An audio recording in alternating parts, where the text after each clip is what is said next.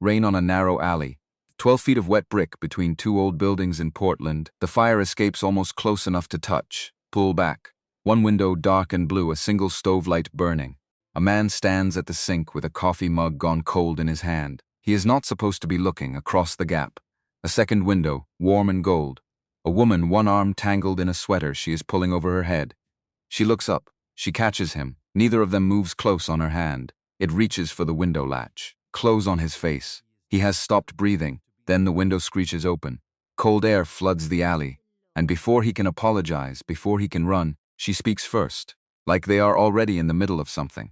And whatever happens next, both of them will spend years tracing back to this exact, accidental, unbearable second. The thing I should say first is that I was not standing there with binoculars and a sick imagination. I was making coffee. Just coffee. At 10:43 on a Thursday night in October, in a kitchen that smelled like sawdust and burned toast from 2 days ago. Wearing jogger pants with a paint stain on the left knee that had been there since spring. Holding a mug that used to belong to my father. That was the situation.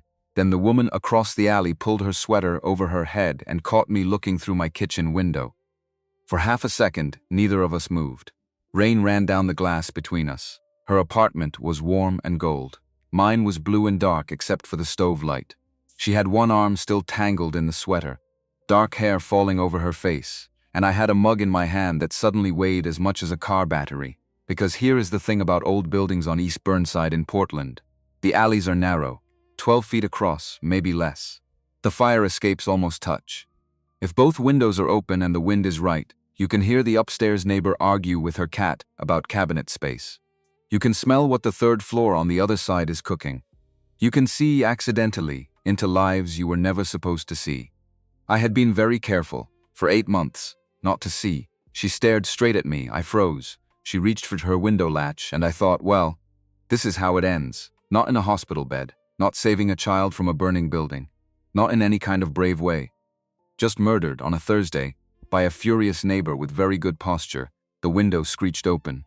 Cold rain air rushed into the alley, and she said, with a voice that had laughter tucked underneath it like a knife wrapped in a napkin, "If you're going to look that guilty, Jeffrey, at least tell me if this dress is too much." That was the first time Rachel Flores spoke to me. Like we were already in the middle of something. Like we had been talking for years, and I had just stepped out of the room for a minute. And the thing that landed hardest, the thing that froze me in the cold draft like a fool, was that she knew my name. My name is Jeffrey Lewis. I'm 34. I restore furniture for a living, which mostly means I bring scratched tables and broken chairs back from the dead, in a workshop my grandfather opened in 1958 with $200 of Navy discharge money. The shop is called Lewis & Son Restoration. The son in the name was my father Kenneth, who died of a stroke at the workbench 4 years ago. So technically the name is wrong now. It should be Lewis and no one. Lewis and a ghost. Lewis and whoever is left. I never changed the sign. I'm better with things that have already fallen apart than I am with people who are in the process of doing it. That's a sentence I learned to say in a kitchen at midnight without anyone there to hear it. Practice. Apparently, for this exact moment, she knew my name. That was the thing that landed. I cleared my throat and looked at the ceiling, which did not need my attention. But got it. I didn't. The words came out like a chair with a missing leg. Jeffrey, look up. So I looked up, just enough to see her face. Not the rest of her. She had pulled on a deep green dress now, one shoulder bare, the fabric the kind of green that meant somebody had been thinking about it for a while. Her cheeks were flushed, but she didn't look embarrassed. She looked entertained, which was worse, because I have no defense against a woman who can catch me at my worst and still pick humor. I'm sorry, I tried again. I was making coffee, as if the coffee explained anything, as if the coffee was a character witness. Terrible timing, I noticed. I deserve that, you do. She tilted her head. So, too much? I blinked. You're asking me. You're the only man currently available in the alley. It's a very exclusive category. Don't let it go to your head. I risked another glance. The dress made her look like someone who had decided to be braver than she felt. I don't know why I thought that. Maybe it was the way her fingers kept smoothing the same seam at her waist. Smoothing. Like she was trying to flatten a crease that only she could see. No, I said. Not too much. It's the kind of dress that makes people wish they'd tried harder. The words came out before I could put a coat on them. For a moment the rain filled the silence. Her hand rested on the window frame. The teasing in her face softened into something else for half a heartbeat. Then she put the teasing back on like a sweater she didn't want to admit was warm. That was dangerously close to a real compliment. I restore antiques. Sometimes sincerity leaks out. Messy profession. You have no idea. She smiled then.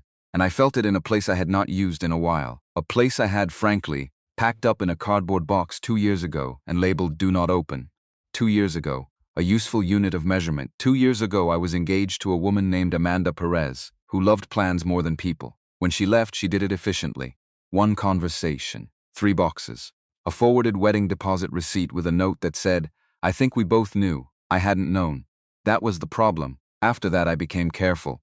Careful with invitations. Careful with eye contact. Careful with women who watered basil on windowsills at 6:15 in the morning, and sang Motown badly on Saturdays, and stood in their kitchens at midnight eating cereal out of a mixing bowl, like civilization had personally let them down. I had not meant to watch her. But buildings like ours made strangers into accidental witnesses. You learned who burned toast, who fought on the phone, who danced alone, who stood in the kitchen after midnight looking like they were trying to remember what happiness felt like. She had learned things about me too, apparently. Because she knew my name, I cleared my throat again. New question. Better question. Survivable question. How do you know my name? She looked for a second, almost guilty. Then she shrugged it off like a coat that didn't fit. Your mailbox. I go past it every morning. You get a lot of mail from a place called Lewis and Son. I assumed Son. That tracks. Should it be Son and Son? Just Son. Just the one. She heard it. The flatness. The way I leveled the sentence too carefully. The way I sand a piece of pine before staining it. Removing every burr because a burr is a place where a feeling can catch. She didn't push. I appreciated that more than she could possibly know. Rachel, she said. Rachel Flores. So now we're even. Rachel, I repeated. The name fit her mouth differently than mine. Like she had grown into it, and I was borrowing it. And before you ask. I've known your name for about 3 weeks. I've been working up the nerve to walk over and introduce myself like a normal adult. But the universe apparently prefers theater. Strong directorial choice. I'm going to file a complaint. We both half laughed, and the alley filled with it for a second, the sound bouncing off wet brick. Then she glanced over her shoulder. Into the apartment behind her. Something in there pulled at her, and the joke fell off her face like water off a leaf. When she turned back, her hand was tighter on the windowsill. Can I ask you something awkward? More awkward than the current situation. Fair point. She leaned a little closer to the window, and the alley suddenly felt less like empty space and more like a wire stretched tight between 2 posts. One bad note and the whole thing would hum. Do you have plans Saturday night? I laughed. Once, because it was safer than answering too fast. My plans were to sand a walnut credenza and pretend it counts as a social life. Perfect. Low standards. I like it. That's going on my business card. I'll order them. Then she bit her lower lip. The humor slipped. Underneath it was something that had been doing pull-ups in private. Nerves, trained nerves. The kind that had been rehearsed. My sister has an engagement party Saturday. My mother invited my ex. The way she said the word ex. Flat, quiet. Like dropping a brick in a tub of water without making a splash. Because, apparently. Boundaries are something other families do. That's aggressive. That's my mother. She thinks any relationship can be repaired with enough appetizers and public pressure. Can it? No, she looked directly at me, not through me, not past me, at me some. But it seems like it can be survived with a +1. The rain tapped harder against the metal fire escapes. I should have said no. A normal man would have said no. A wise man would have apologized, closed the window, returned to his coffee, and let this story become an anecdote he carried into the next polite dinner party. The night the neighbor across the alley caught me looking and asked me to a party, and I, like a responsible adult, declined. The end. Passed the bread. Instead, I heard myself say, with the calm of a man stepping off a curb without looking, "Are you asking me to be your fake boyfriend?" I was going to say emotional support neighbor. Less legally binding, also less likely to make your ex stop calling you sweetheart in front of your parents. Something tightened in my chest. Not jealousy. That would have been absurd. I had known her for 6 minutes. I had no rights. But I knew enough already to dislike any man who used a soft word like a leash. She must have seen something move in my face, because her voice softened. You don't have to. I shouldn't have asked. I just. You seemed steady, and you looked at me like I was a person. Even when you were mortified, that undid me more than the dress had. The dress was strategy. That was just a true thing she said out loud. I set my mug down. The motion felt official. Saturday night. 7. Do I need a suit? Do you own one? I own one that says I had one serious life event and survived it. She tipped her head, considering. That might be exactly the mood, quietly devastating. Don't oversell it, then I underpromise. You set the bar low. I crawl over it. She laughed, quick and bright, and the laugh was different from her speaking voice. The laugh hadn't been to therapy yet. It still ran around outside without a coat. And then her window dropped. Suddenly, violently, with a wooden slam that made the whole frame jump. She yelped, jumped back. I moved before thinking, set my coffee down, knuckles white on the edge of my counter. You okay? She shoved the window back up an inch. It stuck crooked in the frame, hanging like a broken jaw. Through the gap she laughed, breathless and adrenaline spiked. I'm fine. My building is held together by paint and denial. I can fix that. I'm sorry? The window. I can fix it. Her eyes lifted to mine through the rain-streaked glass. You'd come over. With a toolbox. Not a soundtrack. Disappointing. We can renegotiate. She studied me through the broken half of the window. Then she pointed toward the fire escape between our buildings. The same fire escape I had been pretending was not directly connected to her life for 8 months. If I let you come over with your toolbox, Jeffrey, are you going to behave like a gentleman? I looked at the green dress, then at her face, and made myself answer the only way that mattered. Yes, her smile came back. Smaller, warmer. Too bad, she said. I was hoping for at least a little trouble, and then she unlocked the fire escape window all the way. Crossing 12 feet of rainy alley with a toolbox felt absurdly intimate. The grate was slick. One shoe slipped. I caught the rail with my free hand. Below me, the alley smelled like wet brick and the dumpster from the Thai place on the corner. Above me, 3 stories of brownstone climbed into low cloud. Rachel stood inside her apartment, holding the window up, with both hands, green dress catching the warm lamplight. She had thrown a cardigan over her shoulders for the door. Careful, her voice through the gap.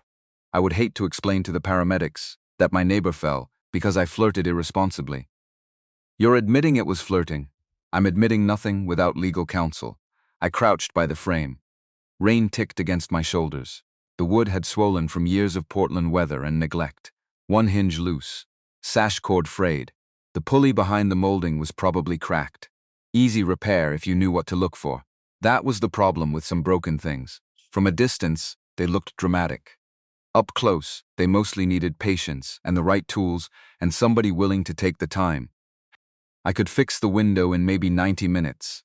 I had a strong suspicion the rest of the night was going to be the harder repair. Can I come in? I said. I need to get at the inside track. She stepped back. Only because you asked like a man who's been housebroken. Her apartment smelled like vanilla candles and basil, and something floral and sharp I was going to forever associate with her skin. There were stacks of sheet music on the upright piano in the corner. A pair of red heels by the couch, kicked off at angles that suggested they had been kicked, not placed. A half-finished mug of tea sat on a book whose title I clocked in a single accidental glance, and then pretended I had not seen. She noticed me pretend. You can look, she said, quieter than before. I'm not fragile. I'm just working on things. I set my toolbox down with more care than it deserved. Aren't we all? Her eyes held mine for a second, and the teasing between us shifted into something slower, like the moment a song changes key without warning. Then she pointed at the window. Fix, handyman. Before I start thinking you came over for my personality, I did come over for your personality, liar. You came over because I wore the dress. The dress made a strong opening argument. She perched on the arm of the couch, one bare foot tucked behind the other. I worked, pried out the failing pulley, measured the new sash cord against the old one, listened to the apartment around me, the hush of a working radiator, the far-off sigh of traffic on Burnside, the soft thud whenever she shifted her weight on the couch arm. She was watching me, the way I sometimes watched a piece of furniture under my own hands. Not judging, just curious so, she said. Jeffrey Lewis, furniture restorer, coffee at night, one tragic suit. What's your damage? I huffed a laugh and kept working. You lead with that often? Only with men I invite in through windows, so a select group, tiny club. Very exclusive. I tightened the hinge. The screwdriver caught. Held. I was engaged. Once, her face didn't move much, but her shoulders did, the smallest drop. Attention without performance. What happened? She left. My voice came out level. I had practiced this in the bathroom mirror once, the year after, until the words sounded like other people's words. Not dramatically. No screaming. No affair that I know of. She just looked at the life we were building and realized she didn't want to live in it with me. I'm sorry. I shrugged. The shrug was a lie. Even I could hear it. It was 2 years ago. Time doesn't make something small. The screwdriver stilled in my hand because most people, by year 2, were ready to give you a deadline. By now, surely, you should be over it by now. Surely, you've had time, surely. Like grief was an oven timer, and they were tired of hearing it ring. Rachel just let the wound exist. I had to take a breath to keep working. What about you? I said quieter, because it felt like a fair exchange. Your ex, she picked at a loose thread on the couch arm. Her face went still in the way that meant she was choosing what to put down on the table. Jason. Jason Ramirez. Charming in public. Exhausting in private. He never hit me. Never cheated. Never did anything clean enough for people to understand why I left. You don't need a courtroom-level reason. Her mouth curved. Sad and grateful at once. Tell that to my mother, I will. If you want, she blinked, you'd argue with my mother. At an engagement party, I restore chairs from the 1800s. I have experience with stubborn antiques. She laughed, out loud, the full laugh, the one without coat or context. She had to cover her mouth with her hand because the sound was too big for the room. I felt absurdly proud, like I had just sanded panel and exposed grain I didn't know was under there. I wanted to hear that laugh again often. Preferably from across a table. Preferably because of something I had said. I tested the window, lifted, lowered, once, twice. Smooth as breath, no more guillotine, my hero, window hero. Very specific category. She hopped off the couch arm, crossed to the window to try it herself. Too close, really. Her shoulder brushed my arm as she reached for the frame. The contact was small, electric, we both noticed. Neither of us moved away. She slid the window up, down, up. Impressive. I'm available for all your minor structural emergencies. Only minor. I turned my head. She was right there. Close enough, I could see a tiny freckle near the corner of her mouth that I had not been able to see from across the alley. Close enough, I could feel the warmth coming off her bare shoulder. Close enough that my voice dropped without permission. Major ones, too.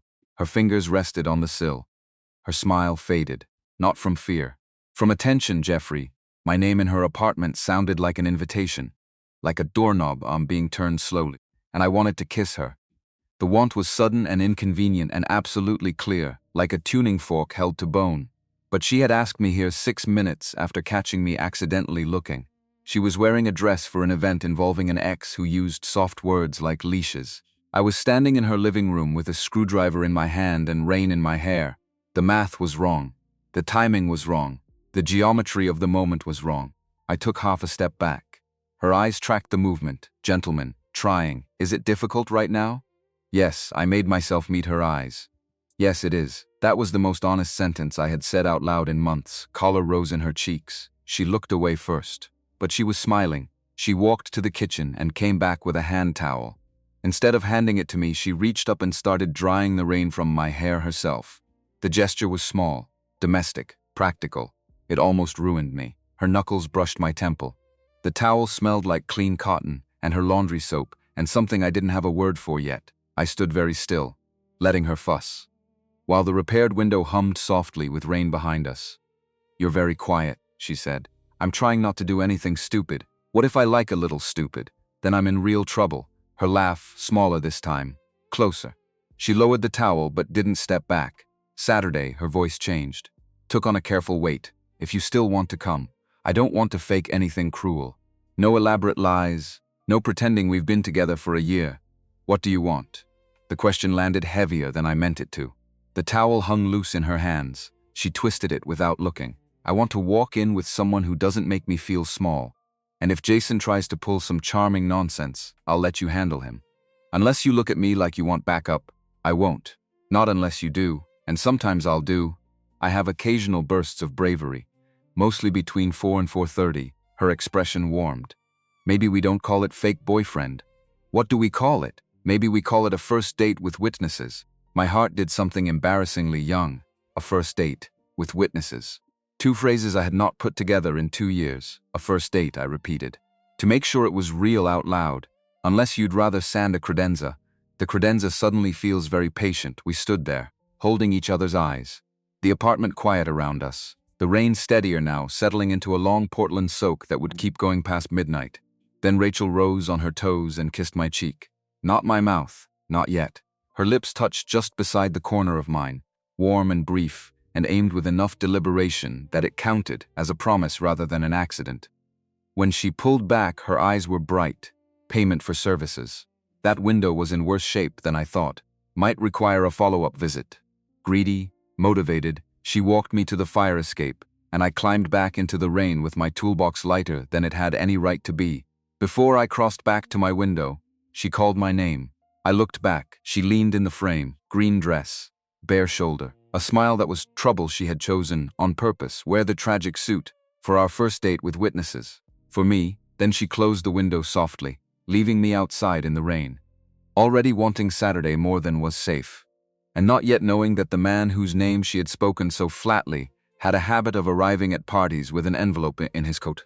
The next morning the shop smelled like cedar shavings and burned coffee, which is what my grandfather used to call the perfume of a working day. I unlocked the back door at 7:30. 45 minutes earlier than usual. Larry Torres noticed. Of course he did. Larry Torres had been apprenticing under my father since 1985. He was 67 years old, 6'1", with shoulders that had carried teak and walnut up 2 flights of stairs more times than a knee specialist could count. He drank his coffee from a thermos older than my driver's license. He wore the same pair of brown leather suspenders he had been wearing the day my father hired him, although the suspenders had been restitched at least 4 times. He missed nothing. "You're early? I'm always early. You're never this early." He didn't look up from the rocking chair he was clamping. "You hiding from something?" "No, running towards something then." I poured coffee. Did not answer. He smiled around the clamp. "There it is. I should explain here that Larry was not my father. Larry was the closest thing I had to one after Kenneth Lewis collapsed at the same workbench Larry was now leaning against. The bench was over there, by the south wall, under the window with the bad seal. I had not moved it. I would never move it. Some things you keep where they fall because moving them is its own surrender. "What's her name?" Larry said. "Whose name?" "The woman." "There's no woman. Jeffrey." I set the coffee down. Hard. The mug clicked against the wood. "Rachel." "Rachel what?" "Flores." "She lives across the alley from me." His eyebrows climbed. "The piano teacher." I stopped halfway to the workbench. "How do you know she's a piano teacher?" "She put a flyer up at SIP on Belmont last spring. Beginner piano. Adult students welcome." Margaret was thinking about lessons. Decided her hands were too rheumatic. We kept the flyer. He nodded toward the corkboard by the office door. "Pretty handwriting." I went and looked. Sure enough, behind a yellowing receipt and a calendar from 2022, there was a square of paper with a clean line drawing of a treble clef and the words "Beginner piano, patient instructor, all ages welcome." The phone number had been there for over a year. Rachel's handwriting was small and looped. I would have known it anywhere now. The city was not small. But neighborhoods were. "She invited me to a thing on Saturday," I said. "What kind of thing?" "Her sister's engagement party. Her mother invited her ex." Larry set the clamp down. Slowly. The way you set down a tool when you don't want it to slip and dent the wood. He looked up at me for the first time that morning. "What's the ex's name?" Something in his voice made the shop feel a degree colder. "Jason." "Jason Ramirez?" A long silence. Larry walked to the office. I followed without being asked. He opened the bottom drawer of the metal filing cabinet, the one that had a piece of duct tape across the lock from 2009, and he pulled out a manila folder soft at the corners from time. He set it on the desk and tapped it twice with one knuckle. "Ramirez," he said. "Your father did a job for that name. Fall of 2018. What kind of job?" "Conference table. 8 seats. Walnut. For an outfit called Ramirez Talent Group. Office down on 15th. And he stiffed your father for $2,000. He let me sit with that. Your father didn't chase it. Said it wasn't worth the lawyer. Said the man would be back when he wanted something pretty, and your father wouldn't take the job. That was your father's version of justice. Refusing to make beautiful things for ugly people." Larry tapped the folder again. "I kept the paperwork. Don't know why. Maybe in case the IRS came knocking. Maybe because your father told me once that paperwork is the only thing in this business that never warps." I picked up the folder. It was heavier than it looked. "He's the ex," I said. "He's the ex? Larry? What kind of man?" He thought about it. He always thought about answers, the way he thought about cuts. Measure twice, the kind who tips loudly so the room hears. The kind who picks where you eat by deciding for the group. The kind who says he's the smartest in the room and then makes sure nobody else gets the chance to speak. He's not dangerous in the way people picture danger. He's the other kind. The kind that doesn't leave bruises. The kind that leaves an outline, the shop quieted around us. Be careful, Jeffrey, I will. No, hear me. Be careful in two directions. For her, and for yourself. Men like that don't get angry when a woman leaves. They get patient, they wait, and they figure out which leg of the chair to kick. I put the folder back in the drawer. I closed it slowly. She asked me to be her +1. That's all. He looked at me the way he had looked at me at my father's funeral. Steady, sad. Already a step ahead. That's never all. I worked until 5. Drove home through wet streets that reflected red and gold from every traffic light. My apartment looked exactly the way I had left it. Empty mug by the stove, toolbox by the door. Stove light still on, because I had not gone back into the kitchen since climbing out the window the night before. I stood at the sink and looked across the alley. Her window was dark, then a light came on. Kitchen. Bare bulb above the stove, same as mine. She walked into the frame, hair piled up. Sweatshirt, big, falling off one shoulder. She filled a kettle. She did not look at my window. She did not need to. She knew I was there the same way I knew she was there. By some sense, the alley had grown in 8 months without our permission. I lifted my hand, a small wave, half embarrassed. She turned, saw me, smiled, lifted her own hand, half a wave, half a salute. Then she pointed at the kettle and mouthed 2 words I had no trouble reading from 12 feet away.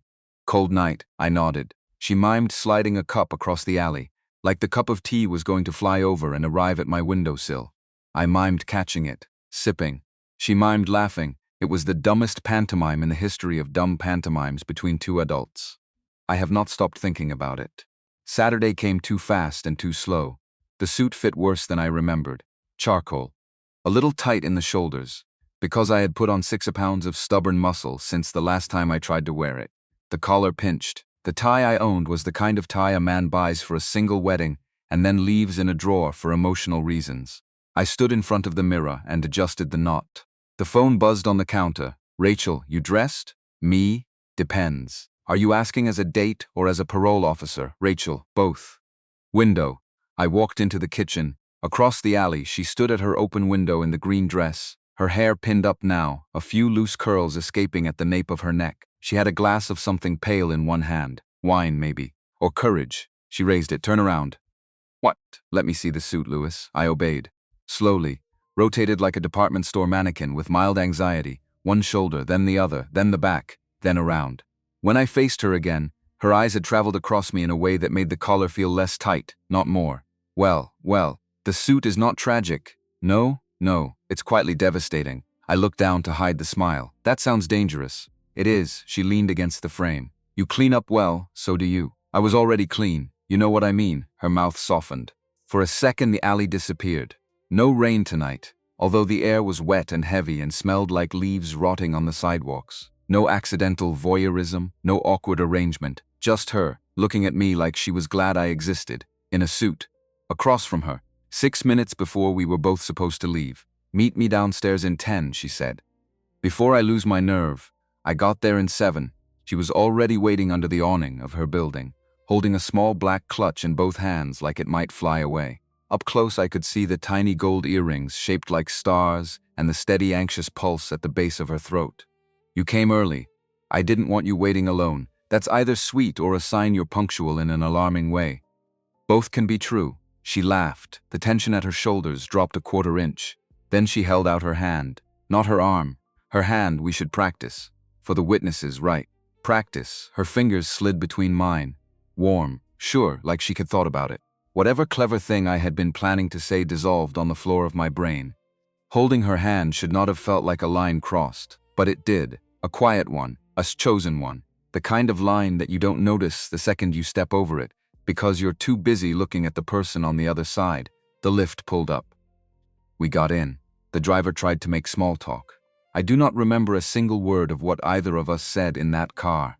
I remember the warmth of her palm in mine and the way she squeezed twice, like she was making sure I was still there.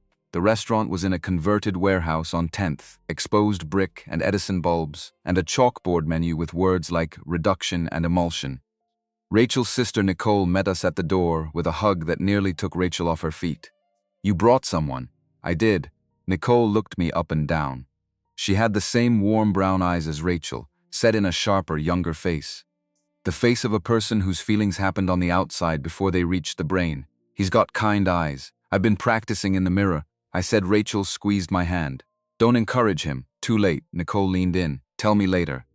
The whole story. Don't leave anything out. Especially the dress. There is no story. There is always a story. I'm getting married. I have a radar for stories." Then Brian Thompson arrived behind her, tall and quiet, a software engineer who looked like he had walked into the wrong wing of the building and decided to live there. He shook my hand. He did not squeeze too hard. He did not squeeze too soft. He shook it like a man who had decided, somewhere in his 30s, that handshakes were not a contest. I liked him on the spot. Their parents came next.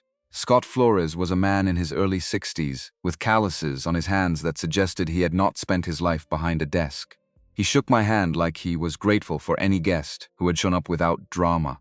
"Pamela Flores wore pearls and an expression sharp enough to slice citrus, Jeffrey," she said. The way she said it suggested she had been told my name once and was returning it to me as a receipt. "And how long have you and Rachel known each other?" "Long enough for him to fix my window," Rachel answered. Pamela blinked. "Your window." "It was sticking," I said. Easy voice, workshop voice. The voice I used with clients who didn't understand why a repair cost what it cost. Old buildings need patience. Rachel's thumb brushed mine under the cover of our joined hands. "A thank you, maybe. Or a steady yourself." It worked either way. For 20 minutes we were almost normal. We drank champagne. We admired Nicole's ring. Rachel told me which cousins were safe and which ones treated family gatherings like a competitive sport. There was a great aunt who had once thrown a dinner roll across a Thanksgiving table because someone said the wrong thing about Reagan. There was an uncle who would corner me about gold prices if I made eye contact for more than 3 seconds. I made a mental list of escape routes. Then a hand landed on my shoulder. "You must be the new one." The voice was warm, friendly, practiced. I turned. Jason Ramirez was taller than I expected from Larry's description. He had a face that knew it photographed well, a watch that wanted to be noticed, and a smile preloaded for a room. He had timed his entrance for the exact moment a server passed with a tray of champagne, so that he could pluck a glass on his way over and pretend it was incidental. "Jason," he said, hand extended. I shook it. His grip was firm in the way of men who treated every greeting as a contest. I matched it, once, then let go first. Larry had taught me that. Don't play their game, don't refuse it either. Win on different terms, Jeffrey. "And how do you two know each other?" Rachel's thumb brushed mine again. I could feel her gathering breath next to me. "He's my date," she said.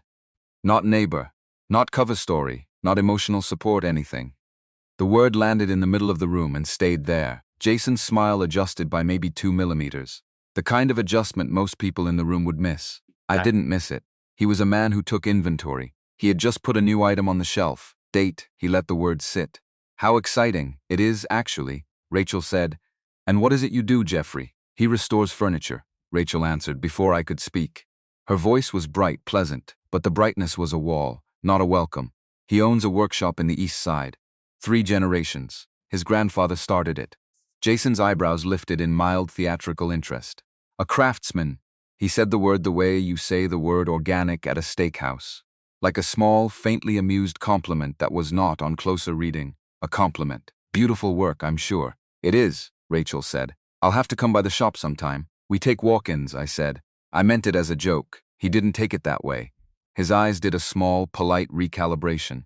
He was a man who didn't expect to be answered. "Well," he said to Rachel, with the soft, casual easiness of someone resuming a conversation that had been interrupted by something small like a sneeze.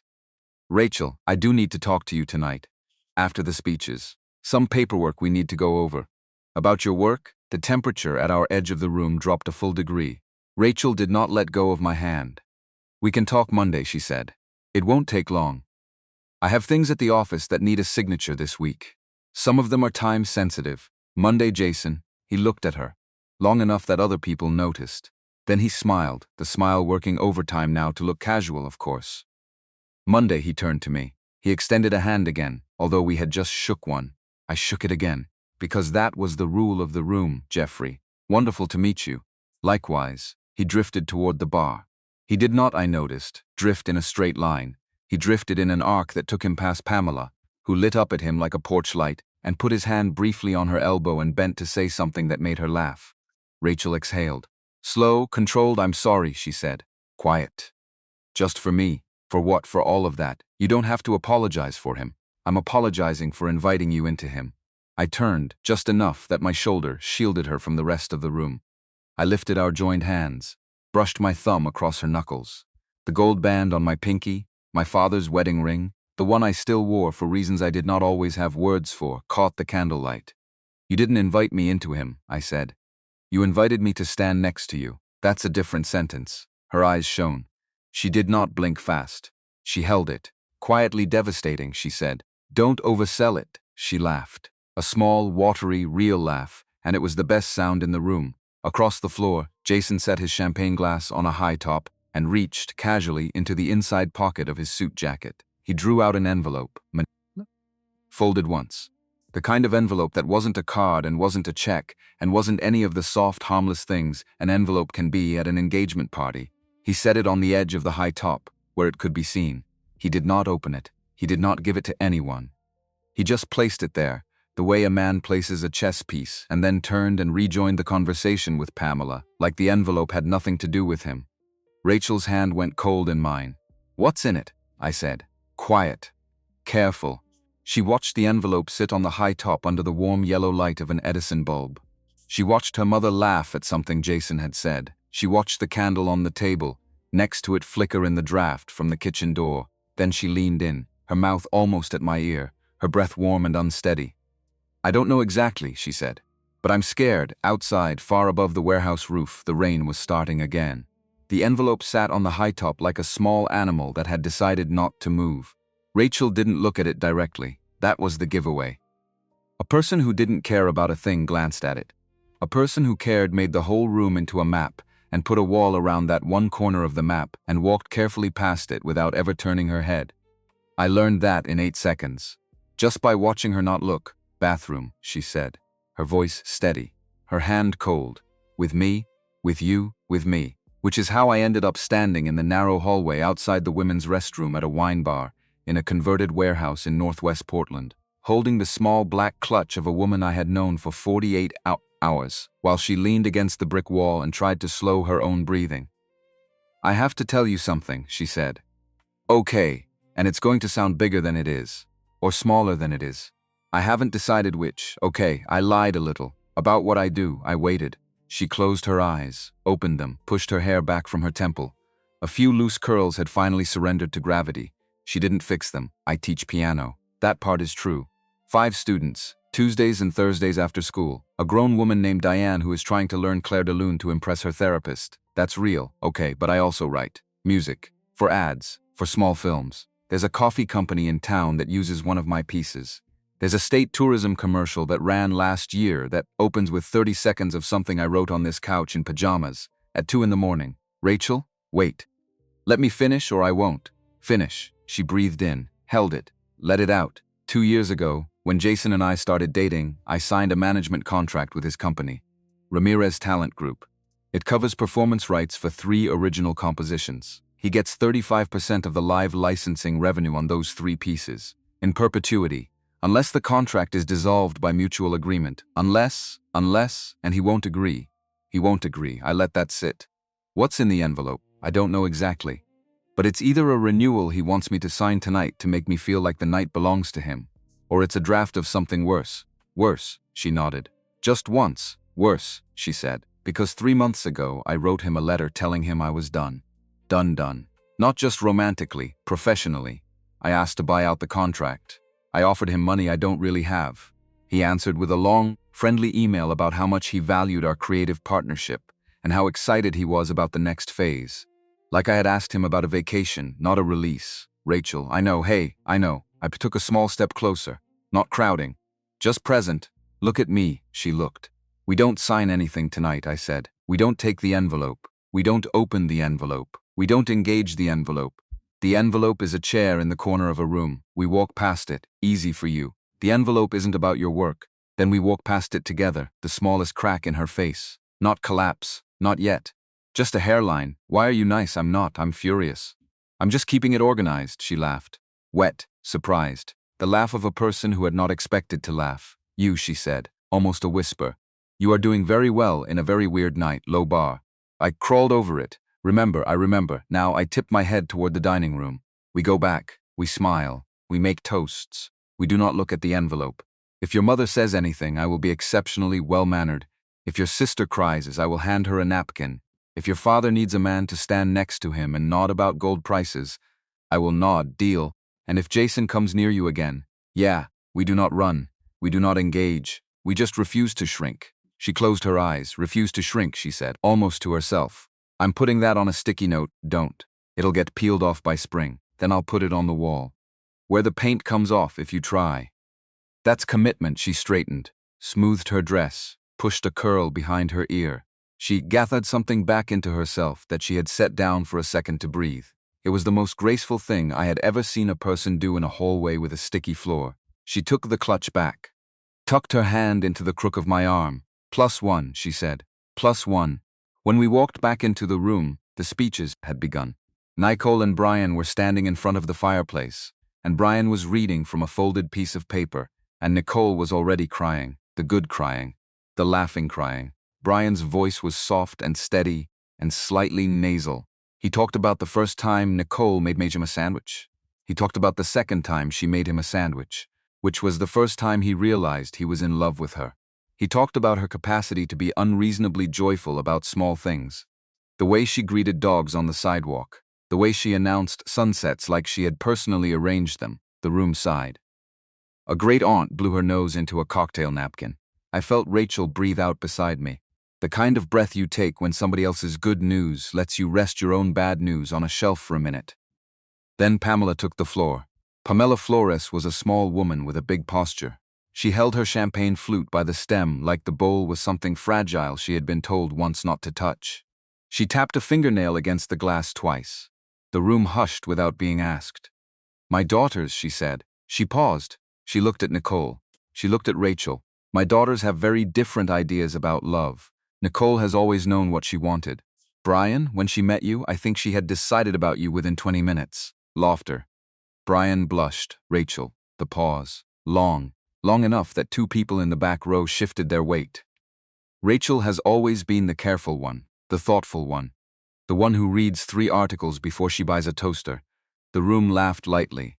Rachel did not, and I just want to say to Brian, and to my own husband Scott, who is somewhere in this room avoiding direct eye contact with me right now. Scott, behind us, raised a hand. The room laughed harder, to say to all the good men in our lives that we are very, very lucky to be loved by people who are willing to be patient with us. Smattering of applause. Glasses lifted, and I just want to say, while we're all here together, that I am proud of both of my girls. For the people they've chosen, and for the people they've given another chance to. It took me 3 seconds to catch the phrasing. Another chance. Rachel's hand on my arm went tight enough that I felt her nails. Across the room, Jason raised his glass an inch higher than necessary, toward us. Toward Rachel. Not toward Nicole. He drank, the applause died. The room moved on. The DJ in the corner started a slow song. People drifted toward the small wooden dance floor by the kitchen pass. Servers carried trays of stuffed mushrooms. Somebody's toddler ran past in pajamas patterned with rocket ships. Rachel did not let go of my arm. Tell me you heard that? I heard it. Tell me I'm not imagining what she meant. You're not imagining. She doesn't even know she did it. She knows. She thinks she's being kind. She might be. To herself, Rachel didn't laugh. I took her hand, walked her toward the dance floor.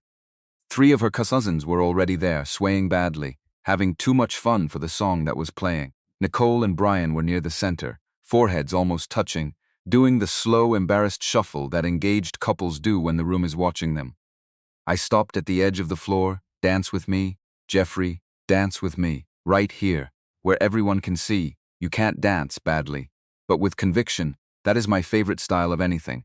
I led her out before either of us could think too hard. Her hand on my shoulder, mine at her waist. Careful at first, like asking permission. Then her body settled against mine the way water settles into a glass. Like it had been waiting for the shape. Why are you doing this? She said, quietly.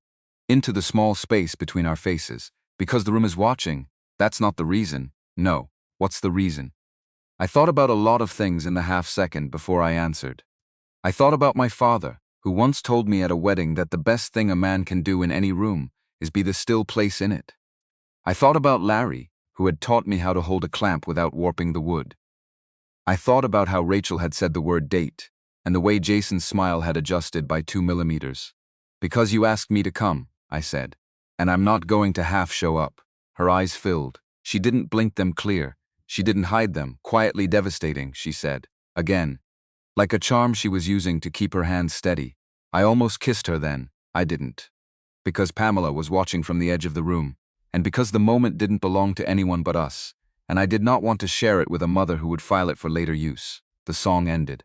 Another began, slower. The DJ knew his job. I felt Rachel breathe. I'm going to do something, she said. Okay, I'm going to kiss you in front of all of them. Okay, is that all right? It's more than all right. It's not for them. It's not to make him jealous. It's not for the speech she just gave. It's not for any of that. Then what's it for? It's for me. She rose up the smallest fraction. Her mouth met mine in the middle of the dance floor. Soft. Not a stage kiss. Not a performance. A kiss like a yes spoken into a microphone. For one stunned second, I forgot how to breathe. Then I kissed her back. My hand firmer at her waist. Her hand sliding to the back of my neck. A few people went still. A few people smiled. A few people, including toddler in rocket ship pajamas, were entirely unbothered. The toddler was, in fact, hitting a balloon with both hands and yelling. I have never been more grateful for a toddler in my life. When she pulled back, her forehead rested against mine. Hi, she said. Hi. That happened. It did. I'm going to need a second. Take two. She laughed into my collarbone. Then over her shoulder by the bar, I saw Jason. He had been watching. He had not adjusted his face by 2 millimeters this time. He had adjusted it by the whole map.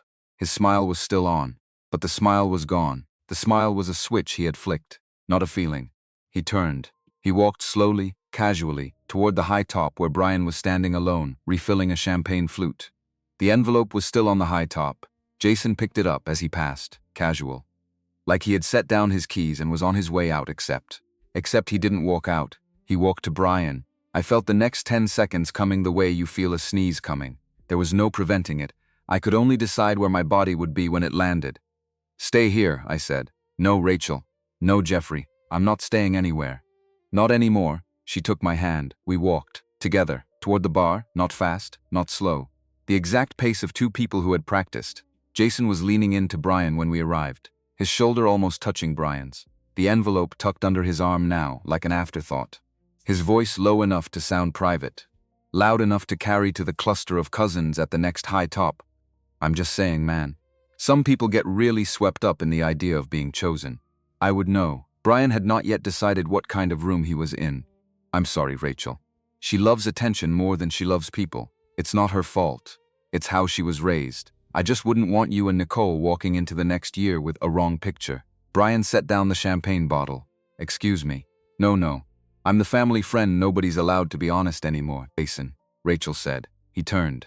All innocence. 3 seconds too late. Oh, the smile. The smile reloaded, Rachel. I didn't see you. Yes, she said. You did.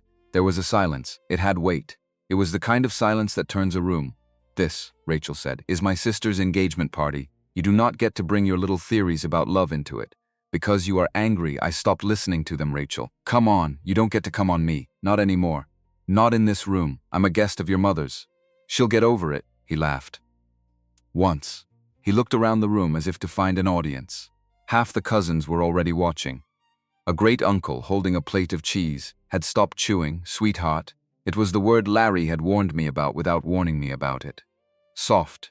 Used as a leash. Used here, in this room, in this dress, in front of her family, to remind her of a version of herself she had outgrown. Her hand tightened in mine. Don't what? Don't sweetheart me. It's just a word. It's never just a word. Brian stepped slightly forward. His shoulders were tighter now. He had decided, somewhere in the last 40 seconds, that he was going to be in this conversation whether he liked it or not, Jason. I think you should head out. Are you serious? I am. I'm here for Nicole. Behind me, Nicole crossed the room. She slid in beside Brian. She did not look like the woman who had been crying 10 minutes ago. I wasn't consulted on your invitation, she said. Pamela invited me. and I am uninviting you. Right now, Pamela appeared at my elbow. I had not heard her come over. Mothers, in my experience, traveled in silence when the wrong thing was about to happen in their house. Girls, she said. Low, tight. Not here. Not now. Yes, here, Rachel said, without turning. And yes, now, Rachel, Mom, honey, this conversation should happen privately. No, one word. Sharp as a struck match, I spent a year making myself smaller so everyone else could be comfortable. I'm done. The room had stopped pretending not to listen. The DJ, an angel of a man, lowered the volume on the slow song. The toddler in pajamas had gone quiet. Somewhere, somebody's phone camera turned on, although I would not learn that until later. Jason looked at me, just once. The look was specific. It said, "This is your fault." I gave him nothing. I had learned, very young, in my father's shop, that some men want a reaction more than they want a win.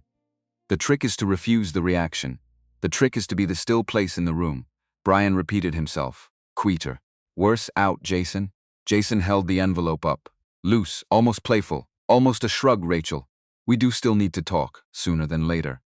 There's a tight window on some of this material, Monday, Rachel said. With my lawyer, a muscle in his jaw shifted. You have a lawyer now. I have a lawyer now. Since when? Since this morning. That was new. That was new to me, too. I felt her squeeze my hand once. Jason nodded. Slowly. He set the envelope back on the high top. Open palm, casual. The chess piece. Returned to its square. Monday, he said. Have your guy ready? She's a woman. Have your woman ready?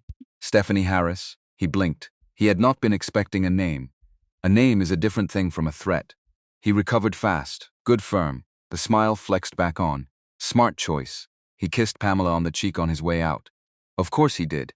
Pamela accepted the kiss the way you accept a doorknob in the dark. Reflects more than choice. By the time she registered what had happened, he was already at the door, throwing on his coat, saying loud, warm goodbyes to a pair of distant cousins who had no idea what they had just walked into. The door closed behind him. The room exhaled. The DJ, sensing his moment, pushed the volume back up. Nicole turned and threw her arms around Rachel. Hard. The kind of hug you give a person you have just watched do something you wished you had done in 3rd grade and never managed. I love you. I love you. I'm sorry I made a scene at your party. You made the best scene. He brought paperwork to my engagement. He's the scene, then Pamela. Rachel, Mom, we will discuss this, we will, in a calm place. Yes, I just don't want you to throw away. Stop, Pamela stopped. For the first time all night, her posture dropped, a 1/4 inch. From a woman who never dropped, we will talk, Rachel said. Softer we will, but not tonight, and not here, and not with Jason as a footnote in the conversation. He is not part of this family anymore. You don't get to keep inviting him into rooms I am in. Eleanor, it hit me sideways. Eleanor, a name I had not heard, a name I would file later. Rachel's eyes filled. She did not let the water fall. It's Rachel, Mom. It's been Rachel since I was 9, I know. I'm sorry. Okay, I'm sorry, honey. Okay, Mom. Pamela touched her cheek. Then she turned away, walked toward the bar, asked for a glass of water, stood with her back to the room. Scott, who had been somewhere in the room avoiding direct eye contact with his wife, materialized next to me with the casual stealth of a man who had spent 40 years married to a woman with strong opinions. Jeffrey, sir. Walk you both out, sir. He did not say anything in the elevator. He did not say anything in the lobby. At the door, he stopped, and he turned, and he put a hand on my shoulder, and he looked me in the eye the way a man looks at another man when he has decided to risk being clear. Thank you for tonight. I didn't do anything. You stood next to her. You didn't flinch. You didn't puff up. You let her say her own piece. She didn't need help. She did. Just not the kind men usually offer. He let go of my shoulder. He went back inside. Through the glass door, I saw him walk straight to Pamela. He didn't touch her arm. He didn't scold her. He just stood beside her at the bar, the way I had stood beside Rachel on the dance floor. And after a minute, Pamela leaned her head, an inch, onto his shoulder. We stepped out onto 10th. The rain had stopped. The street was wet and shining. A streetcar slid past, half empty, lit yellow inside like a moving lantern. 3 blocks south, the lights of the Burnside Bridge made a long row of pearls across the river. Rachel walked. She did not let go of my hand. We did not talk for a block. Then she stopped under a street lamp outside a closed bookstore. Powell's had its own block, gigantic and locked at this hour, but this was a smaller place with poetry in the window and a hand-painted sign that said open at 10 in the morning. See you then. I'm shaking, she said. I took off my suit jacket, draped it over her shoulders. The jacket was huge on her. She drowned in it. She did not look smaller. She looked exactly like a woman who had decided to be larger than the man who had once tried to make her into a contract. Cold, number-free. The word landed bigger than it was. I wanted to kiss her then. I waited, because I was already learning the shape of her silences. A breath she needed to take by herself was not a breath I would walk into. She stepped closer. "This is the part," she said, "where you kiss me, Jeffrey. Oh, thank God." Her laugh broke against my mouth as I kissed her. It was different from the kiss in the restaurant. No witnesses, no mother, no ex, just wet pavement and distant traffic, and Rachel's hand sliding under the open collar of my shirt, as if she had been waiting all night to touch skin. I backed her gently against the bricks of the bookstore. One hand at her waist, the other braced beside her head. She kissed like she had decided not to apologize for wanting. Soft, then hungry, careful. Then not. When we finally separated, she kept her fingers curled in my tie. Quietly devastating, she said. "Horse, you're revising your review. Upgrading it." I smiled against her temple. "Good." We found a diner 2 blocks from my apartment, because neither of us wanted the night to end. The place was called the Roxy. It had been there since 1983. It served fries and milkshakes at all hours. The walls were red vinyl and signed 8x10s of bands that had played in Portland in the 90s. The cook behind the counter wore a paper hat. He yelled at the waitress in a friendly way, and the waitress yelled back, and the radio played Stevie Wonder. And Rachel laughed for the first time in an hour without a hand near her mouth. She sat across from me in my suit jacket, green dress underneath, hair coming loose from its pins. The lipstick mostly gone. She looked less like a woman dressed for a party and more like a woman returning to herself. We ordered fries. We ordered 2 milkshakes. We ordered them like teenagers with better credit scores. "So," she said, stealing a fry from my plate, although she had her own.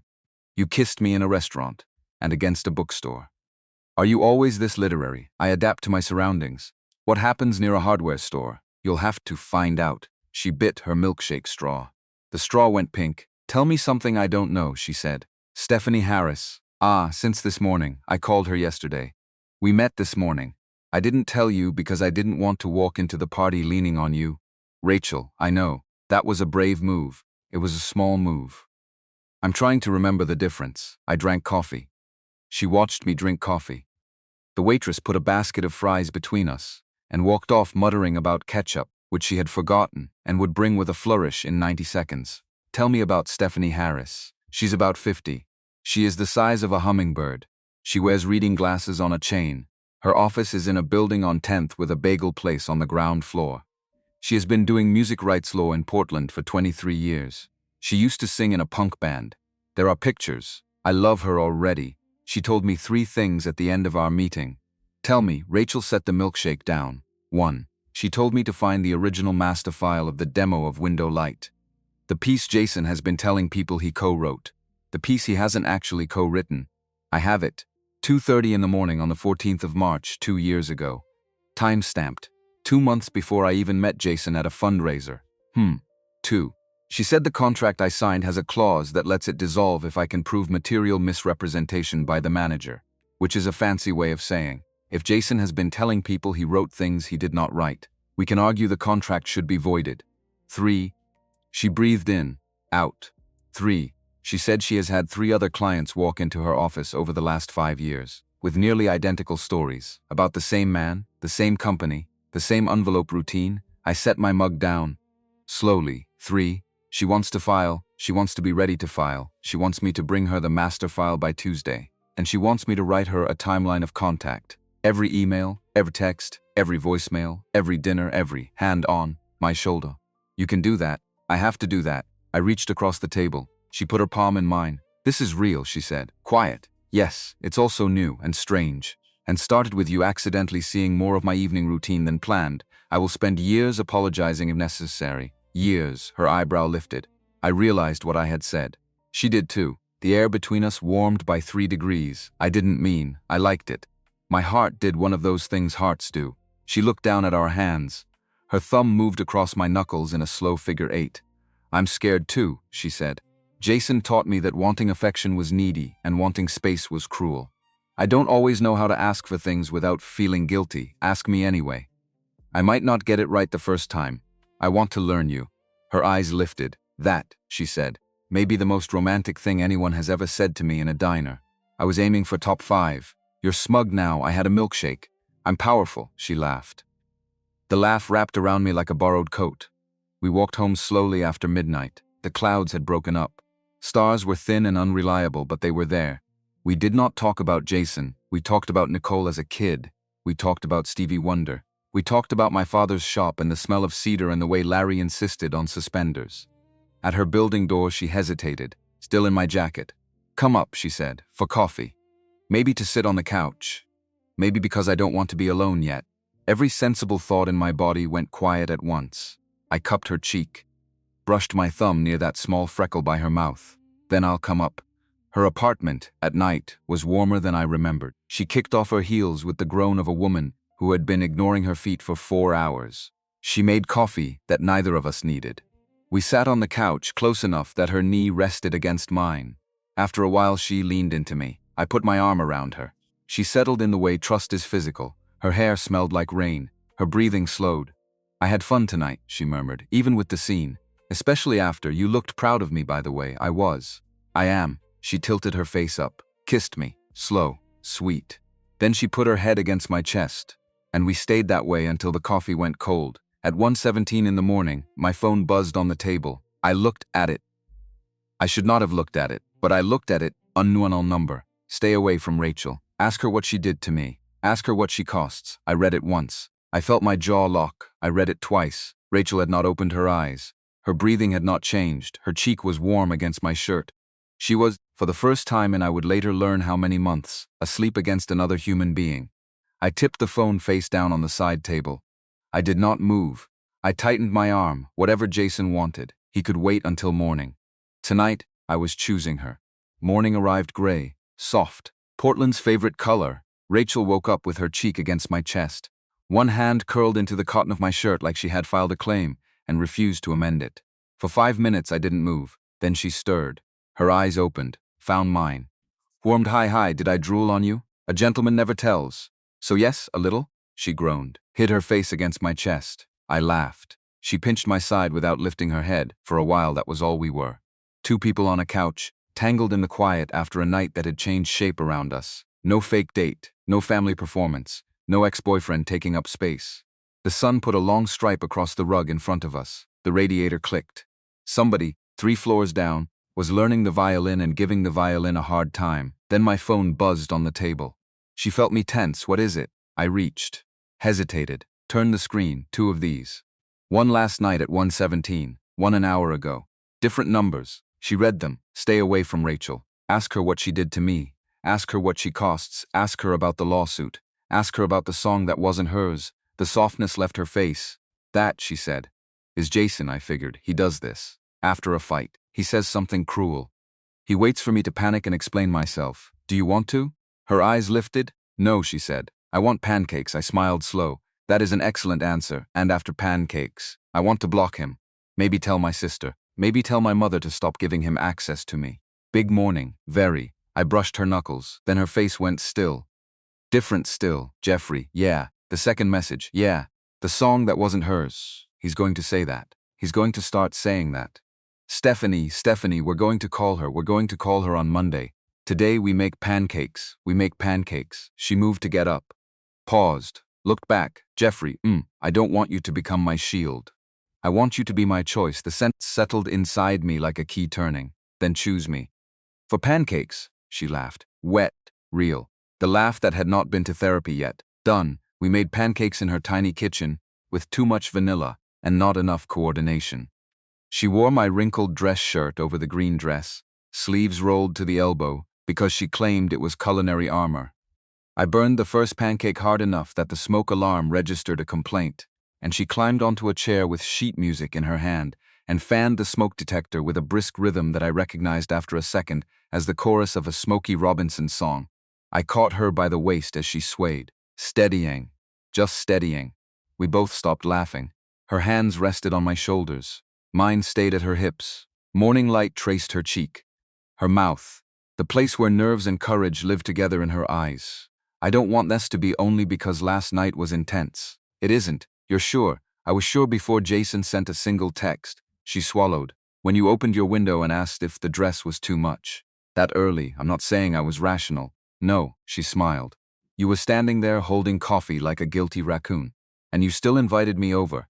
I liked your face, my face, your guilty, kind, handsome raccoon face. I kissed her. Because there was no possible response better than that. After breakfast, she sat cross-legged on the kitchen floor with her phone. Blocked Jason's number, then both of the unknown numbers from the night before. Then she called Nicole. They spoke for 12 minutes. Nicole, on the other end, swore creatively for 3 of them. Brian, somewhere in the background, made supportive sounds. Then Rachel called Pamela. I went to the window. I gave her privacy. Across the alley, my own apartment looked oddly distant. My mug was still beside the stove. My tools sat by the door. My life was still there. But I was not the same man who had stood at that window 3 nights earlier, careful and half awake in his own routine. No, Mom, Rachel said behind me. Not loud, steady. I'm not confused. I'm not being dramatic. And I am not discussing Jason anymore. Pause. I know you love me. But you don't get to keep inviting people into my life just because you miss who I used to be. Pause. I love you too. I'll see you next Sunday. She hung up. She did not move for a long second. I crossed the room, sat down on the floor beside her, did not crowd. Just there, she didn't cry. No? She usually does. I usually do. Neither of us did. That might be progress. It might be exhaustion. Could be both. She leaned her shoulder against mine. On Monday morning, Rachel went to see Stephanie Harris. I went to the shop. Larry was waiting for me with 2 cups of coffee from the place on Belmont. He set one of them on the workbench. He did not look up from the chair he was clamping. So. Was it bad? It was bad. And then it was good. And then it got complicated. Tell me the complicated part, I told him. About the envelope. About Jason at Brian's shoulder. About Rachel's no. About the kiss in the restaurant. About the kiss against the bookstore. About the texts. About the lawyer named Stephanie Harris. About the master file.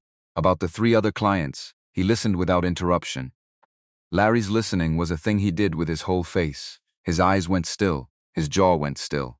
The clamp in his hand did not move. When I finished, he set the clamp down and walked to the office without saying a word. He came back with the folder that had been in the drawer since 2018.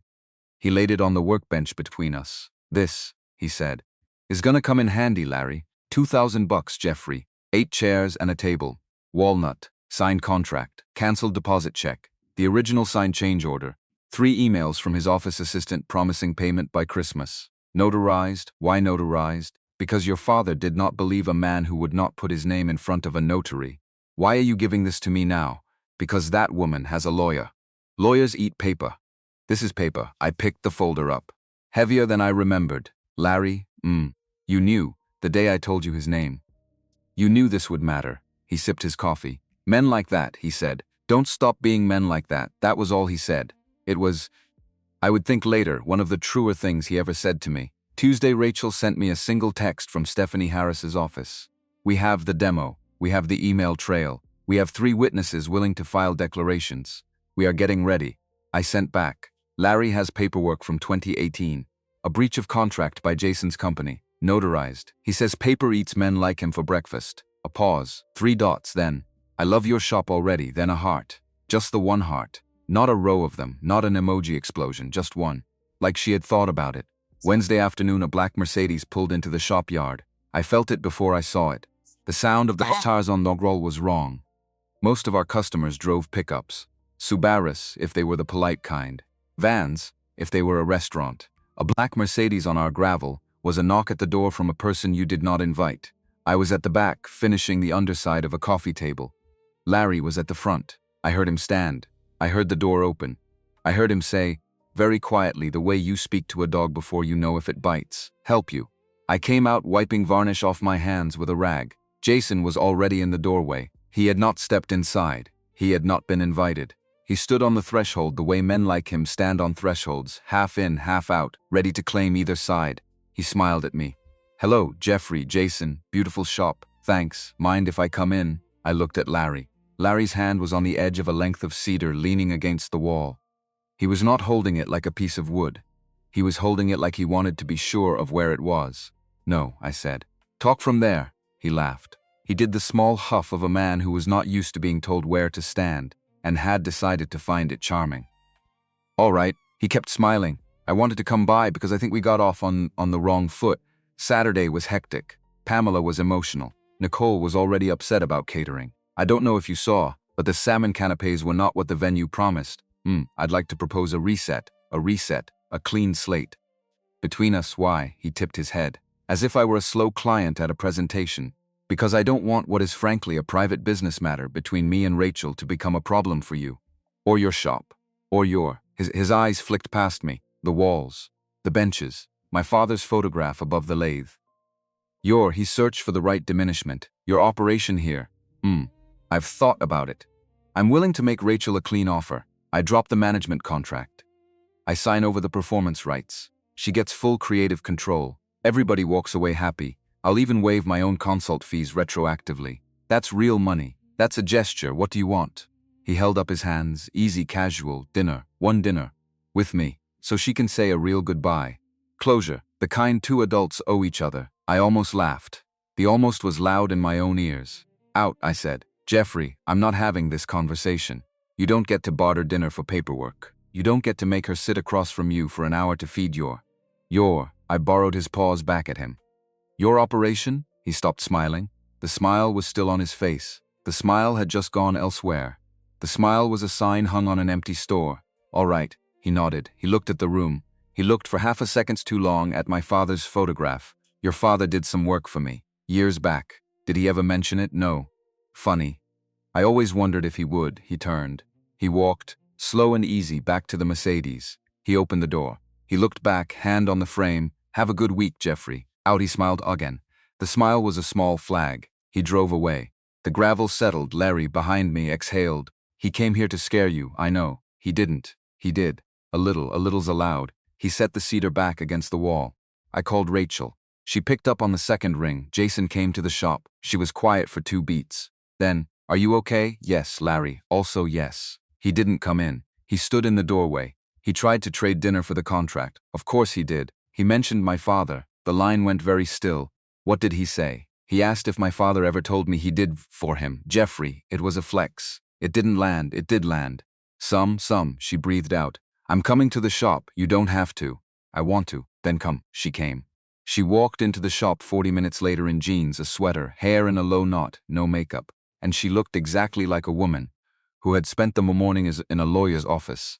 And the odd of writing a timeline of every email she had ever received from a man who used her last name as if it belonged to him. Larry stood up to greet her, wiped his hand on his apron, shook her hand the way he shook everybody's hand. Firm, brief, eye contact. Rachel, Larry, heard, lot, so have I. He smiled, almost shy. He did not smile at people he did not like. Margaret, his wife, was going to hear about this within the hour. With the same casual delivery, he used to announce small acts of grace. Margaret's gonna want to meet you. I'd like that. She makes a chicken pot pie. I will buy whatever ticket I have to buy. That made him laugh. Soft into his coffee. Rachel turned to me, looked around the shop, the benches, the clamps, the bandsaw with the bright yellow guard, my father's photograph above the lathe. Show me, she said. I showed her. I walked her past the racks of stacked maple, the drawer of dovetail jigs my grandfather had bought in 1962 and never replaced, the wall where my father had drawn his height every Christmas as a kid, until 1973, when he stopped growing at 5'11.5" and refused to admit it. The patch of floor where the lathe used to be, the patch where it sat now, the window with the bad seal where my mother used to sit on a folding chair with a thermos of coffee and watch Kenneth work. She listened. She didn't fill the silences. At my father's photograph, she stopped. The photo was black and white. Kenneth Lewis in 1985. Standing next to Larry, the two of them in front of a long banquet table they had just finished. Both grinning. Larry's hair still dark. Kenneth's shirt rolled to the elbows. Both of them sawdust dusted up to the forearms. He's handsome. He's the best man you'll never meet. Her fingers touched the corner of the frame. I'm sorry. For what? That he can't be there at your wedding. I went very still. It came out so quietly, so natural. Like she had said the day of the week. She caught it half a second after she said it. Her cheeks pinked. She did not take it back. I didn't take it back either. Who said there was a wedding? I guessed. I let it go for now. For the room, for the photograph, for the moment. But I let it go the way you let a piece of paper float down to a tabletop. Not the way you let a piece of paper out the window. The week that followed was the longest, quietest, busiest week of my life. Stephanie Harris filed a letter on Friday. Cease and desist. Notice of intent to dissolve the management contract for material misrepresentation. Attached, a sworn declaration from one of her previous clients, a singer-songwriter who had spent 18 months trying to extract her own catalog from the Ramirez talent group and had walked away with about 30% of what she had earned. Jason did not call Rachel. That should have felt like relief. It didn't. In the meantime, I drove the folder Larry had kept since 2018 to Stephanie's office on the corner of 10th and Yamhill. Stephanie was, as advertised, the size of a hummingbird. She wore her reading glasses on a chain. Her office smelled like Earl Grey tea and old books. She looked at the folder. She read the notarized change order. She read the canceled deposit check. She read the 3 emails from the office assistant. She tapped the deposit check twice with one finger and said, "Oh, honey," the way people in Portland say, "Oh, honey," when they are looking at someone else's lifetime of receipts. She slid the folder into a brown accordion file already labeled R. Flores, J. Ramirez. "This," she said, "is going to be useful. My father didn't chase it." She lowered her glasses. "Your father," she looked at me over the rims, "built a paper trail in case his son ever needed one. You can call that an accident." I don't. I drove back to the shop in the rain. Larry was sanding when I came in. He didn't look up. She used the word useful. She did. He nodded. "Your father would be smug right now. Probably, insufferably. Probably." He kept sanding. That night, Rachel and I sat on her couch and ate Thai food out of the cartons. She had her legs across mine. Her piano lid was open. A sheet of staff paper, pencil-marked, sat on the music stand. She had been writing something. She would not show me what yet. "Soon," she said. "Soon. Thanksgiving's in 9 days," she said. Around a mouthful of pad CU. "My mother wants you there. She wants you there enough that she invited Larry." "And Margaret," I stopped chewing. "She did what?" "She found out you don't have anyone left. She doesn't know how to apologize directly. So she invites your 2 favorite people to dinner. That is the wildest love language I have ever encountered. Welcome to the Flores family." She bit a noodle off her chopstick. She did not look at me when she said the next thing. "Don't get me wrong. She is not a fixed woman. She's a woman who is trying. She's going to fail sometimes. She's going to slip and call him by name. She's going to ask you if your shop is doing well in a way that makes you feel like you're being audited. She's going to do all of that? But, she's trying." That's a hard sentence to say about a parent. Yeah, I thought of my own. I thought of Kenneth in the photograph. I thought of the workbench where he had collapsed without warning. I thought of the way Larry had walked into the hospital that day with sawdust still on his hands because he hadn't even stopped to wash and had stood at the end of the bed and said to the doctor twice, "He's a tough one, Doc. He's a tough one." Trying was a thing the living got to do. I squeezed Rachel's ankle on my thigh. "She invited Larry and Margaret, she did. Then we go." Thanksgiving morning broke clear in Portland. A rarity. I picked up Larry and Margaret at 11. Margaret wore a navy cardigan with rhinestone buttons and held a casserole dish like it contained a baby bird. Larry wore his suspenders. Pamela met us in the kitchen doorway, apron tied at her waist, hair pinned up off her neck. She looked smaller than she had at the engagement party. Not defeated. Smaller in the way a person looks when they are not standing on the front of their own shoes. "I know," she said, quiet to Larry. "Your shop did our dining table in 91. Walnut, trestle base. He picked it himself. He's got an eye." Pamela smiled. The smile was new, a thing she was practicing. Dinner happened around the trestle table Kenneth Lewis had built in 1991.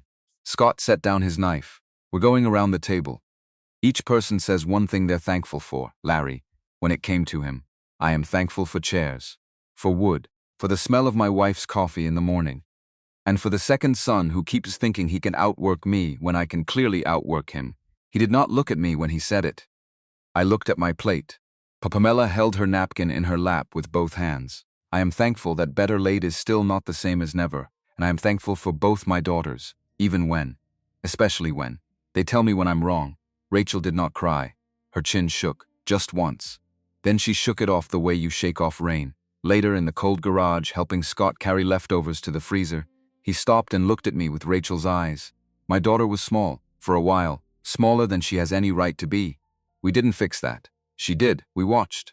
I'm telling you so that the next time my wife says one wrong thing, you know the rest of us have been working to learn the right ones. I'll remember. Some men make sense to each other in garages. I love them for it. The week after Thanksgiving was the calm before the wave. Stephanie Harris had warned us. The thing about a man like Jason, she said, was not the immediate explosion. It was the slow press. He would not raise his voice. He would file a motion. He would have his attorneys send a heavy envelope. He would do everything within the rules of the system because he had used the system before and knew how it bent. We would lose nothing. We would simply be tired. He was, she said with the patience of a woman who had watched this exact movie 3 times, banking on tiredness. The heavy envelope arrived on a Thursday afternoon. Jason had filed a request for declaratory judgment, establishing him as co-author of 3 pieces, including Window Light, plus a motion for $50,000 in legal fees, on the theory that Rachel had been unreasonably withholding cooperation. Rachel called me from her car, voice steady in a way that meant the steady was a choice she was making with effort. I am going to see him, tomorrow. At his office. I am bringing the master file and your father's folder. By myself, Jeffrey, Rachel, I have to. Because if you walk into that office with me, he will spend the meeting trying to undermine you. He'll do it surgically. If I walk in alone, he has no one to talk to but me. And I am, frankly, the worst person to put in a room with him at this point. Why? Because I have stopped being afraid of him. A pause. I want you in the diner, across the street with a milkshake at 3. If I'm not out by 3:45, you come over. Friday afternoon, I sat at the counter of a diner on 15th at 5 minutes to 3. I ordered a chocolate milkshake. I did not drink it. The straw stuck up out of the cup.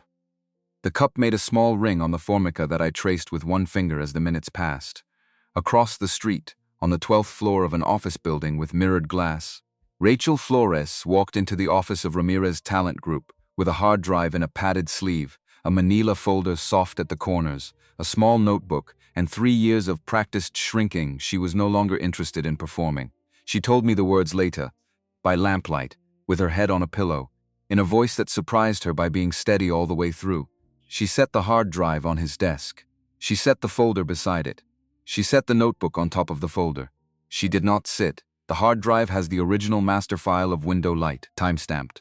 March 14th, 2 years ago. 2 months before we met, she tapped the folder twice. The folder is a notarized record of a job a furniture maker named Kenneth Lewis did for your company in 2018. 8 chairs, a walnut table. You stiffed him on the final invoice. So you're going to be the one in a courtroom, Jason. Not me. A muscle moved in his jaw. Rachel, wait. She opened the notebook. The notebook is a list of 3 names, 3 of Stephanie's other clients, each describing the same pattern under your management: contractual misrepresentation, intimidation. In 2 cases, a claim to co-authorship of work you did not write. They are all willing to file sworn declarations. And Stephanie received a letter this morning from a 4th woman, who is not yet ready to sign anything, but who would like to be kept informed. This is a witch hunt. It is not a witch hunt. It is a record. She closed the notebook. You are going to dissolve our management contract today. You are going to assign 100% of the performance rights of all 3 compositions back to me. You are going to withdraw your declaratory judgment claim. You are going to drop the motion for legal fees. And you are going to sign a non-contact agreement that covers me, my family, my sister and her husband, the Lewis and Son workshop, and every employee of that workshop. For a period of 10 years he stared at her. And if I do not, she did not blink.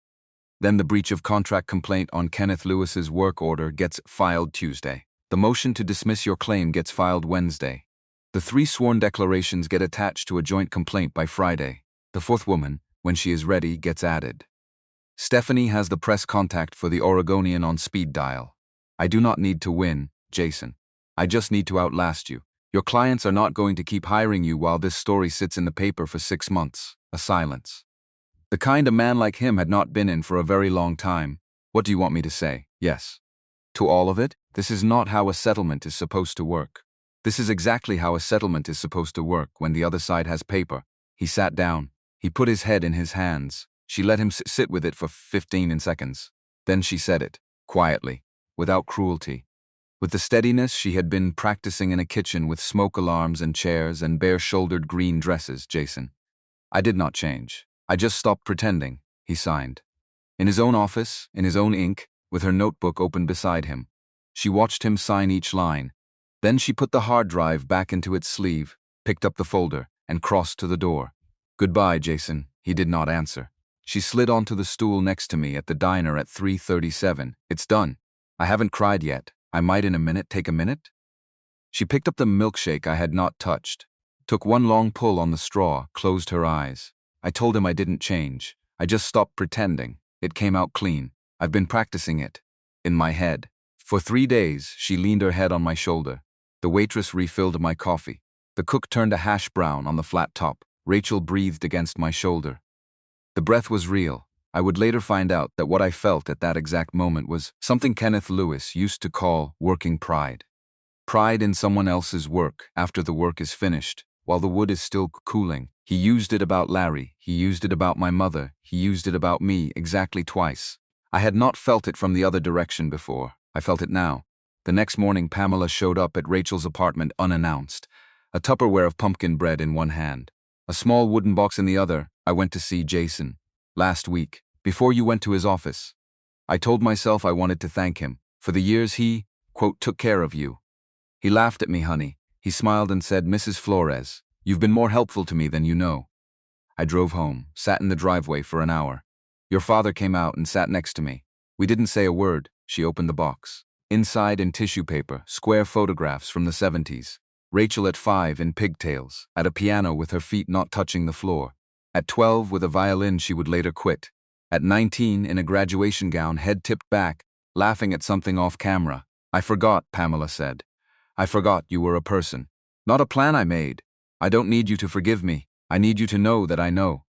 Rachel put her head on her mother's shoulder, the way she used to as a small child. Pamela rested her hand on the back of Rachel's head. They sat that way for 20 minutes, without speaking, the pumpkin bread cooling on the counter. There are reconciliations that take an hour. There are reconciliations that take a year. This one arrived at the door with pumpkin bread and a box of square photographs, and a sentence rehearsed all the way over from Gresham. December came cold and clear. The performance rights came back to Rachel by mid-month, because Jason's attorney did not want a deposition in January. We did not celebrate loudly. Larry made us a tiny walnut keepsake box with a brass hinge and one line carved into the lid. Still here in February, under a slow wet snow that arrives in Portland maybe 1 year in 5. I asked Rachel to the shop after dinner. I had lit the work lamps. In the center stood the walnut credenza I had been working on the night she first opened her window. Finished now, polished with the same wax my grandfather had used since 1958. On it, 2 mugs, a framed photograph, and a black ring box. Larry was in the office with a camera, pretending very badly that he was not. The day Amanda left, I packed up a part of me and labeled the box, "Do not open." And then there you were. You did not need saving. You walked into a man's office alone and walked out with your work, your name, your mother, your sister, and 3 women you have never met who slept better because of you. So this is not a thank you.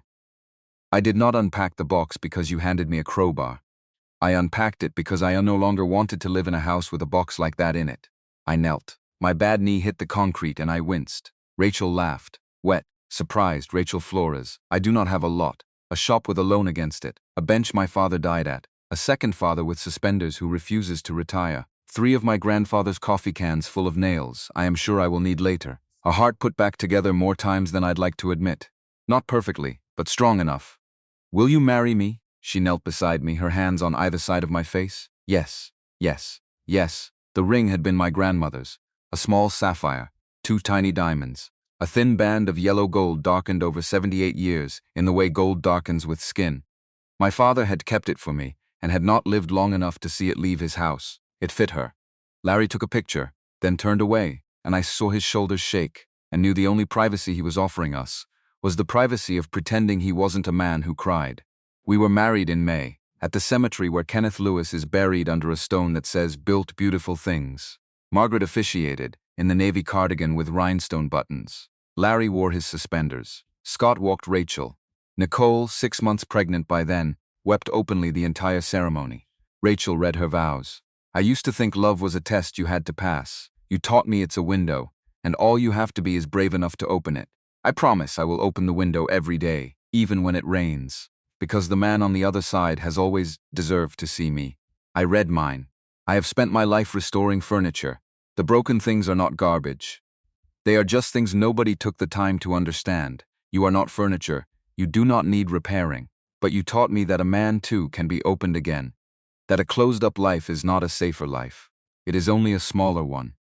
I promise to be the man who never makes you feel small.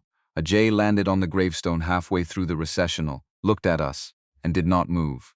Larry was already pointing, his other hand against his mouth. 3 years later, on a Thursday afternoon in October in a small house in Selwood, Rachel called me down to the basement studio. She turned a sheet of paper around. Not music, a list of names. Kenneth, William, Margaret, Eleanor. Her hands were folded over her stomach. Why Eleanor? Because my mother slipped and called me by it the night you were there. Because it's the name I almost was. I want to give it to someone who will never almost be anyone. I took all of them right there, on the piano bench, with my forehead against her temple, and the October light coming through the open studio window. Later we sat on the back deck. An old rescue dog named Walter dozed between us. The basil I had planted smelled exactly the way it had in her apartment 3 years ago on the night of the broken window. Who did you wear the green dress for? I asked. She laughed. Long, easy, for me. I wore it to prove I was strong enough to walk in, so you didn't need me. I did not need you to be strong. I needed you to be understood. The studio window was open. The kitchen window above us was open. 2 windows, I said. Forever.